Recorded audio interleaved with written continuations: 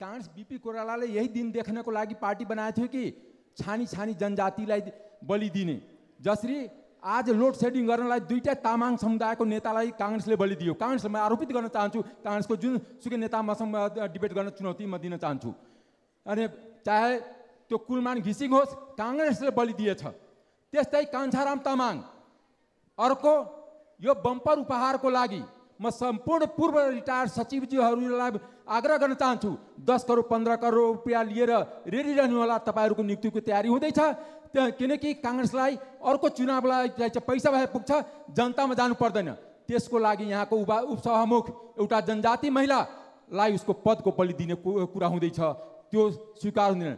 84 मा म भन्न चाहन्छु, कांग्रेसलाई जनजातिको बीचमा जानु पर्छ कि पर्दैन, मधेसीको बीचमा जानु पर्छ कि पर्दैन। कांग्रेसले मधेसीलाई सचिव नबन्न दिने, त्यो तपाईले देखिसक्नु भएको छ। त्यो जुन सचिव बन्न बेलामा स्वास्थ्य सचिवमा एउटा महिला मधेसी भएको कारणले कांग्रेसले बन्न दिएन। कांग्रेसको सभापतिले कसम खाएछ कि मैले सभापति हुन्जेलसम्म कांग्रेस नाश गर्छु। जस्तै हिजोकै दिनमा राजालाई बुझाएको थिए, यसपालि पनि एमालेले बुझाएर कांग्रेसलाई त्यहाँ मर्ज गराउँछु। यो कुराले मैले भन्न के चाहन्छु भने, तपाईले कांग्रेसकै गृहमन्त्रीबाट एउटा थारूको नेता टिकापुरको, त्यो पनि सुदूरपश्चिमको, त्यसलाई जेल हालियो नाटकीय तरिकाले। के तपाईँ टार्गेट गर्न खोज्नु भएको छ?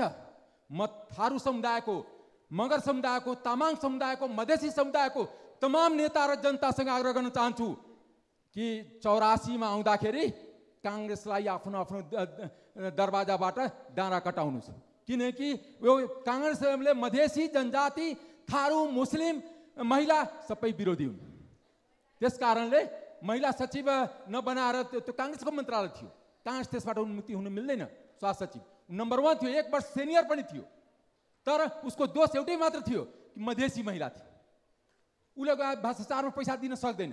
त्यस कारणले यो जुन राजनीतिको महाभारतको चौसरमा हामी जुन महाभारतमा जसरी फुल छोड्ने नेता आँखा चिम्लेर बसिरहेको थिए, कांग्रेसका तमाम त्यो महाभारतको भीष्म पितामह द्रोणाचार्य जस्तै नेताहरूलाई सोध्न चाहन्छु कि तपाईँ सभापतिको हातमै कांग्रेस जस्तो एउटा लोकतान्त्रिक पार्टी, बीपी कोइरालाले हिमाल पहाड तराई, मधेसी जनजाति, थारू, मुस्लिम अनि खसारे सबैलाई मिलाएको पार्टी नाश गर्न खोज्नुहुन्छ। निर्धारित 3 मिनेटको समय सकिएको छ। म आधा मिनेटमा सकाउँछु सभामुख महोदय। त्यस कारणले कांग्रेस 74 मा पनि हामी जितेर आउँदाखेरि 23 सिटमा झरेको थियो। अर्को सिट कहीँ 10-15 मा झर्ने अवस्था 84 मा नहोस्। 84 मा भोट माग्ने अवस्था जनतामा जानुपर्छ।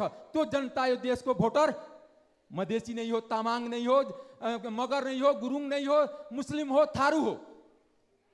त्यस कारणले आज जुन तरिकाले बम्पर उपहारको खोजी भइरहेछ, जुन तरिकाले बन्द कमरामा चौसर बसिरहेछ, जो कमराले विभिन्न नियुक्तिको लागि पैसाको कलेक्सन गर्ने पूर्व सचिवहरूलाई आदेश गरिराखेको छ, त्यसले यो महिनाको लास्टमा जुन बम्पर त्यो लटरी खुल्नेवाला छ, त्यो लटरीको लागि उपसभामुखको पदको यदि बलि भयो भने कांग्रेसलाई इतिहासमा, नेपालको राजनीतिक इतिहासमा कहिले पनि नेपाली जनता माफ गर्दैन। धन्यवाद।